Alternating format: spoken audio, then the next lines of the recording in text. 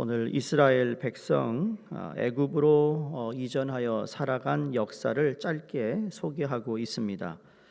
우리가 이미 잘 아는 대로 창세기에서 요셉이 이제 애굽의 총리가 되고, 그러나 기근으로 인한 이스라엘의 고통으로부터 해방해 주시려고 야곱과 그의 모든 식구를 거느리고 애굽으로 피신하게 하시죠.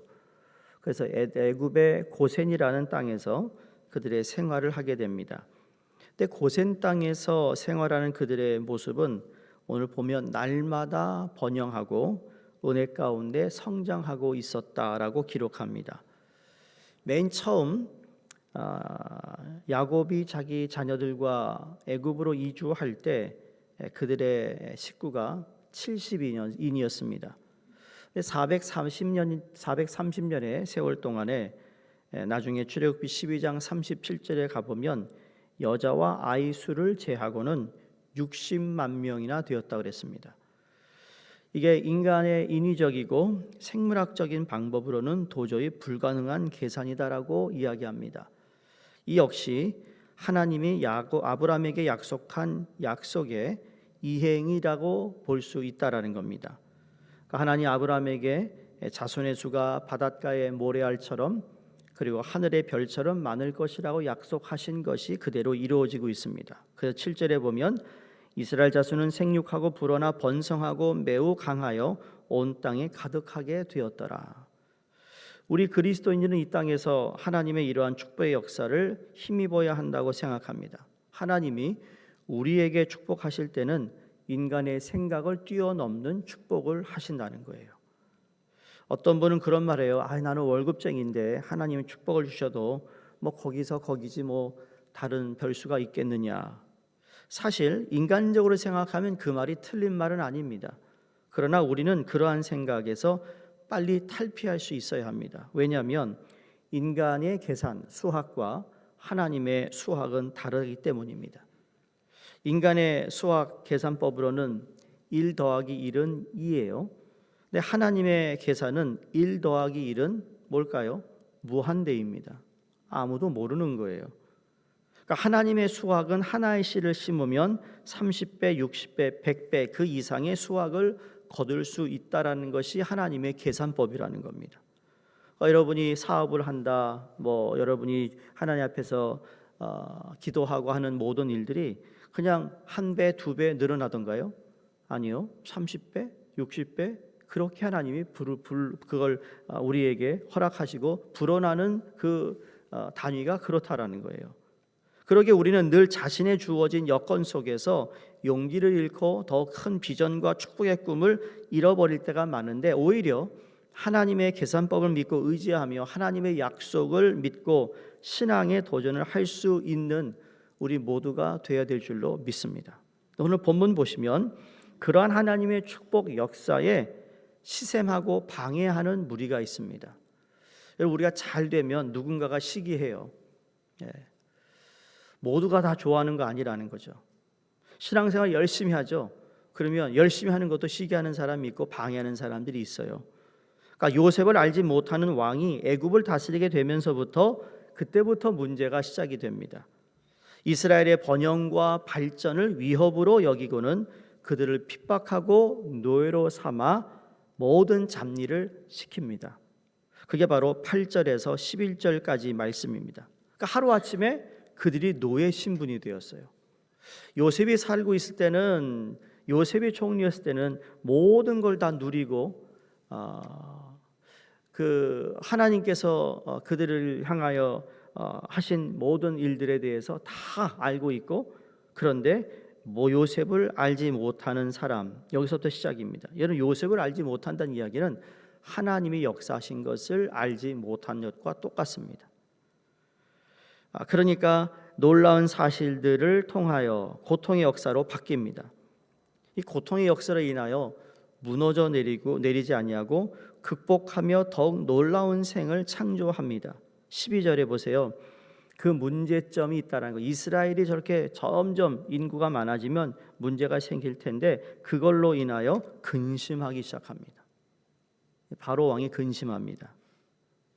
근데 여기서 중요한 건 12절에 그러나 학대를 받을수록 더욱 번성했다 그랬습니다. 퍼져갔다. 어쩌면 그리스도인의 생애는 그러나 생애일지도 모릅니다.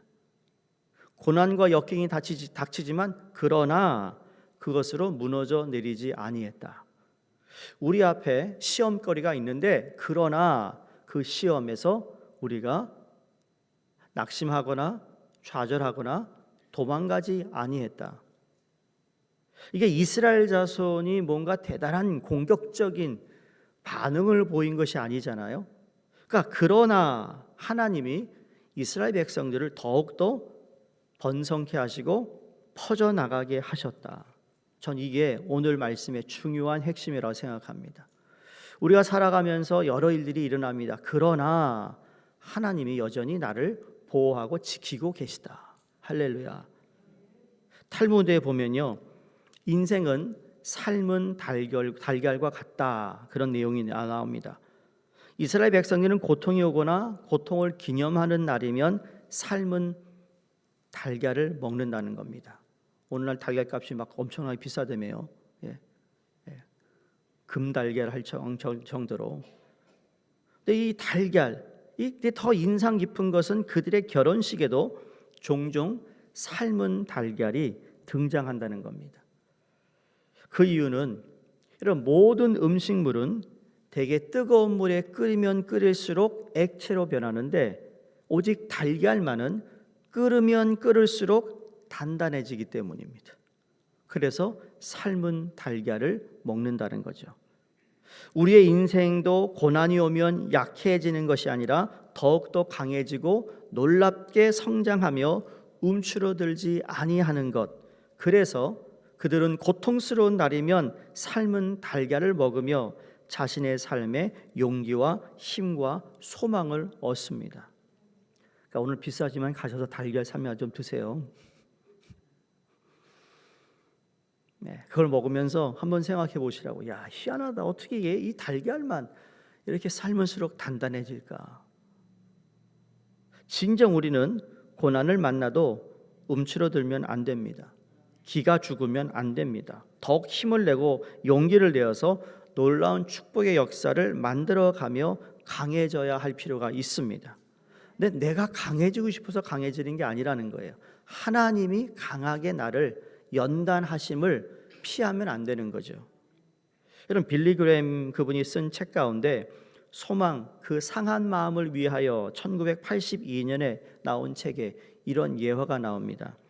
어느 날 술에 만취한 운전자와 충돌한 차가 폭발하여 함께 탔던 어머니는 그 자리에서 세상을 떠나고 그 딸은 기적적으로 살아납니다. 근데 이 한순간에 그의 인생을 바꾸어 놓는 사건이 되었어요. 그가 가지고 있었던 모든 행복과 꿈이 하루아침에 빼앗기게 됩니다. 그래서 180도의 아주 이상한 정말 힘든 삶을 사는데 6주 동안 혼수 상태였다고 그러고요. 수술을 70번이나 넘게 했습니다. 왜? 그 얼굴이 너무너무 많이 상했기 때문에. 한쪽 눈이 없어지고 코가 삐뚤어졌고 몸은 상처투성이고 한쪽 발은 없고 그런 자기의 모습이 너무 싫어서 7년 동안 은둔 생활을 했다라는 거예요. 집에서 텔레비전만 봤대요. 근데 어느 날 텔레비전을 시청하는데 거기서 전도 집회를 보게 돼요. 그게 바로 빌리 그램 목사님의 전도 집회였다라는 겁니다. 그것을 시청하다가 보다가 예수 그리스도를 영접하게 됐다라는 겁니다. 더 이상 내가 이렇게 숨어 지낼 수 없겠다라는 생각이 들더래요. 그래서 내가 저렇게 폭발을 했는데 불 가운데도 살아남을 수 있었던 건 분명히 그 신의 구원의 어떤 이유와 목적이 있지 않을까? 그래서 그 다음부터 무능한 사람들을 돕는 그 재활센터에서 봉사하며 축복의 생애를 살아갔다라는 이야기입니다. 그래서 그녀가 이렇게 얘기했대요. 아침에 일어나서 그 어느 것도 우연이 아니라는 것을 알았을 때 가장 기쁜 순간이었습니다. 우리가 아침에 일어나는 것 당연히 일어나는데 이건 역시도 우연이 아니라 하나님이 나에게 새 날을 허락하신 복된 날이라는 것을 생각하니 너무 기쁘다라는 거죠. 하나님을 믿는 신앙이 바로 그 결코 우리를 실패의 자리에 그냥 있게 하지 아니하고 결코 하나님을 믿는 신앙은 우리로 하여금 절망하여 모든 것을 포기하도록 내버려 두지 아니합니다. 그래서 그러나 학대를 받을수록 더욱 번성하여 퍼져 나갔다라는 말씀이 그겁니다. 참으로 우리 신앙인들의 모습이 바로 여기에서 그 실력, 믿음의 실력, 우리가 신앙생활하는 실력이 여기서 나와야 하는데, 어려움이 올수록, 시련과 역경과 고난이 올수록 더욱더 성장하고 자라가는 축복의 역사를 경험하는 그 일이 우리에게 있기를 바랍니다. 인생은 때로 하나님의 축복 속에서 잘 살다가도 또 언제 어려운 힘든 시련과 역경이 닥쳐올지 모릅니다. 지금은 전혀 그러한 조짐이 보이지 않는다 할지라도 언제든지 우리가 하나님 앞에 더 열심히 나가려고 하면, 더 하나님 말씀 앞에 내가 순종하려고 할 때 이 사단이 방해할 때가 있다라는 겁니다. 그러나 분명한 사실은 그것으로 인하여 우리는 결코 무너지지 아니하며 우리가 끝나지 아니한다는 겁니다. 이스라엘 사람들은 바로 이러한 애굽의 핍박으로 인하여 하나님께 기도하잖아요. 그게 여러분 한 장 넘기시면 성경에 출애굽기 2장 23절에서 25절을 한번 보세요. 여기서 눈물로 간절히 하나님께 기도합니다. 제가 읽습니다. 여러 해 후에 애굽 왕은 죽었고 이스라엘 자손은 고된 노동으로 말미암아 탄식하며 부르짖으니 그 고된 노동으로 말미암아 부르짖는 소리가 하나님께 상달된지라. 하나님이 그들의 고통 소리를 들으시고 하나님이 아브라함과 이삭과 야곱에게 세운 그의 언약을 기억하사 하나님이 이스라엘 자손을 돌보셨고 하나님이 그들을 기억하셨더라. 아멘. 하나님이 이스라엘 백성을 돌보지도 않았고 기억하지 않았다는 말씀이 아니고요, 이제서야 이스라엘 백성들이 하나님을 찾았다라는 게 이게 열쇠죠. 물론 2장에 가면 또 말씀을 전할 기회가 있으면 하겠지만, 이 고통으로 인하여 그들은 애굽에서 나와서 가나안 땅, 축복의 땅, 하나님의 약속의 땅으로 들어가게 되는 하나의 터닝 포인트가 되는 겁니다. 여러분, 만약에 이스라엘 백성들에게 이렇게 참혹한 고통이 없었다면 가나안으로 가려고 했을까요? 애굽 땅을 떠나려고 했을까요? 그들의 신앙과 하나님의 계획을 잃어버리고 그냥 편한 대로 살아갔을 것입니다. 그러나 그러한 고통이 왔을 때에 이제 그들이 하나님을 찾았다라는 거죠. 하나님의 약속 땅을 출애굽하여 찾아 나갔던 것입니다. 목회를 하면서 이제 성도들의 어떤 사업장이나 가정을 이렇게 방문하고 신방을 하면 항상 어떤 한 가지 풀어야 할 숙제들이 있는 가정들이 다 대부분이죠. 근데 그걸 가지고 하나님 앞에 나와 기도할 수 있다면 그 사람에겐 축복인데, 그거를 알면서도 못하는 것이 참 안타까울 때가 많아요. 저 부분은 하나님께 매달리면 되는데 매달리지 못하는 모습이 안타깝다라는 거죠. 그러면 더더 그 상황이 악해지고 더 안 좋아질 수 있는데도 불구하고 하나님을 찾는 것이 형식적으로만 찾는다면, 여러분 그 사람에게는 정말 하나님도 마음도 안타깝고, 또 목회자가 볼 때도 이건 하나님만 하실 수 있는 일인데 하나님을 찾지 못할 때 어떻게 할까요? 하나님이 때로는요 내버려 두세요. 그런 거 많이 봤어요. 내버려 두세요. 어디까지 내려가나 보자. 내려가고 더 이상 내려갈 데가 없을 때 그때야 하나님을 찾는다. 그것도 하나님께서 주신 은혜고 축복이지만 왜 바닥을 치고 하나님을 찾냐고요. 바닥을 치지 않을 때 찾는 것이 지혜로운 것인데 말이죠. 그러니까 고통은 오히려 우리로 하여금 하나님을 알게 하고 더욱 크신 하나님의 축복을 받을 수 있는 좋은 기회임을 우리가 굳게 믿어야 될 줄로 믿습니다. 말씀을 마칩니다. 보세요. 이스라엘 백성이 기도하며 하나님을 찾을 때 하나님은 이스라엘을 출애굽시킬 준비를 하세요. 근데 이 준비는 하나님이 준비하는데, 이제 앞으로 우리가 읽을 내용이지만 모세를 준비시킵니다. 하나님은 항상 사람을 준비시키세요. 사건이 일어나는데 그 사건 속에서 누군가를 하나님께서 준비시킨다는 거죠. 그래서 이렇게 노예 생활 400년 이상이나 하던 이 이스라엘 백성들을 하나님이 출애굽시킬 때, 그때가 가장 어두운 시기잖아요, 이스라엘 백성들에게. 근데 하나님은 항상 그렇게 역사하세요. 사무엘 선지자, 사무엘상, 사무엘 하이난 사무엘, 여러분 한나가 그의 인생에 너무너무 어두웠어요. 자식이 없어서.